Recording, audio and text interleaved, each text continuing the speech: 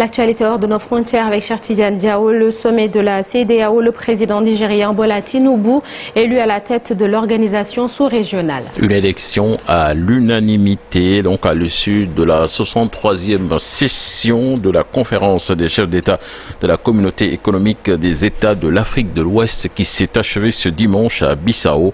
Parmi ses priorités à la tête de l'organisation, il entend combattre les changements anticonstitutionnels.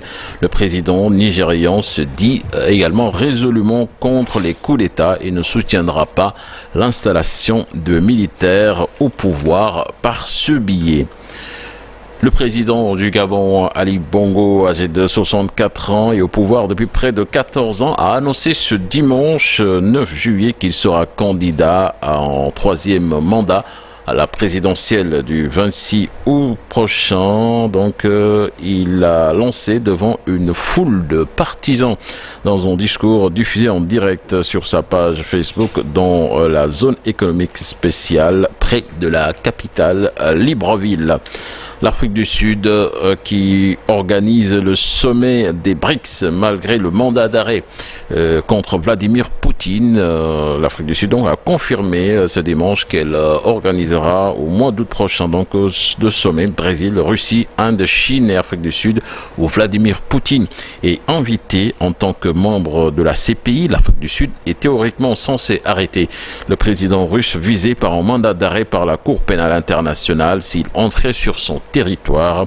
Une position délicate pour Pretoria qui affirme adopter une position neutre. En France, la marche pour Adama Traoré, son frère Youssouf, sort de l'hôpital et dépose une plainte 24 heures donc après son interpellation musclée lors de la manifestation interdite en mémoire de son frère. Youssouf Traoré est sorti de l'hôpital ce dimanche donc et s'est rendu à un rassemblement devant un commissariat parisien pour un autre homme également interpellé la veille. Et puis Nata, pour boucler cette attaque meurtrière dans une école maternelle en Chine, au sud du pays. Donc l'attaque a fait 6 morts et un blessé. Donc ce lundi matin à Lianjing, dans le sud de la Chine, les victimes incluent donc un enseignant, 2 parents et 3 élèves. Le suspect a été arrêté.